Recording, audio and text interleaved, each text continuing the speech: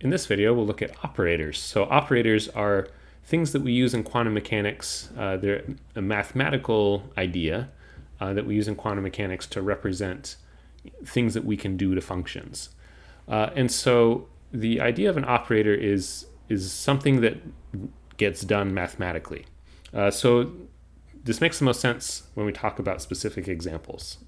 So for example, imagine we have an operator A. This is the notation that we use. So an operator is generally some letter with this hat on the top of it, right? So this indicates that this is an operator. And an operator will act on some function. So say some function f of x. And at the end, it'll give us some different function, g of x. And so you've used operators in the past, we just don't call them that. So for example, say that A represents the derivative operator. And so we could say if we take A and act it on a function, say x squared plus 3x, then our final result will be 2x plus 3. So we just take the first derivative of our function. And so this is just a slightly different way of writing some of these things. Now operators can be very simple. So one operator we'll look at is the position operator, which is just multiply by x. And so this is one of the simpler operators we have. Another really simple one that shows up that we won't use in this class very much, but shows up in other areas of quantum mechanics is the identity operator, which does nothing to a function. It represents multiplying by 1. So that's the name. Identity just means it stays itself, right? So whatever function you have. But we can have much more complicated ones, like we saw the Hamiltonian operator is this negative h bar squared, second derivative, plus multiplying by the potential energy, right? So we can get much more complicated operators, but this is sort of our generic way that we write them.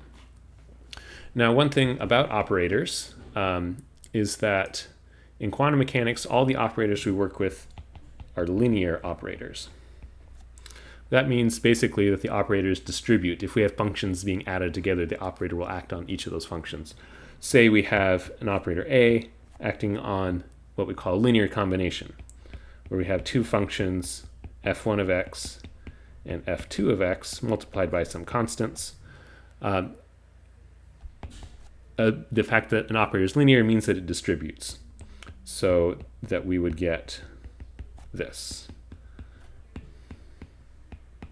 Right, the operator will act on each of those functions, and we can pull out the constants that are in front because an operator acting on a constant won't do anything. Operators only act on functions. All right, and so those constants could be possibly complex numbers. One other thing that I'll briefly mention is the idea of commutation. So if we have multiple operators operating on a function, say we have A and B operating on a function f of x, what we interpret this as is that first we'll operate B on f of x and say that gives us a result that's some other function g of x, and then we'll operate A on that resulting function g of x. And so operators will go from whatever's closest to the function in terms of how we write it. Whatever's furthest to the right operates first, and then the operator on the outside. And so when we're looking at something like multiplication, we're used to things, it doesn't matter what order we do it. So say we have 2 times 3 and 3 times 2. These both give 6. And we can say that multiplication is commutative.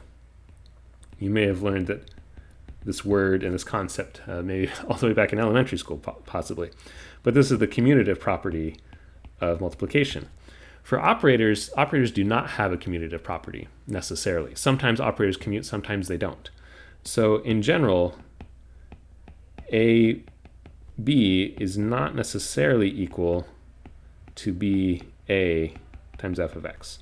And so if this is true, if these are not equal to each other, this would be something that does not commute, is the way we would phrase this. So we would say that A and B do not commute. And sometimes there are operators that do commute. So it just depends on the specific operators. And the idea of commutation whether operators commute or not is actually related to the uncertainty principle that we talked about earlier. We'll get to that later in the class. But for now, this is a brief introduction to operators that we will be using throughout quantum mechanics.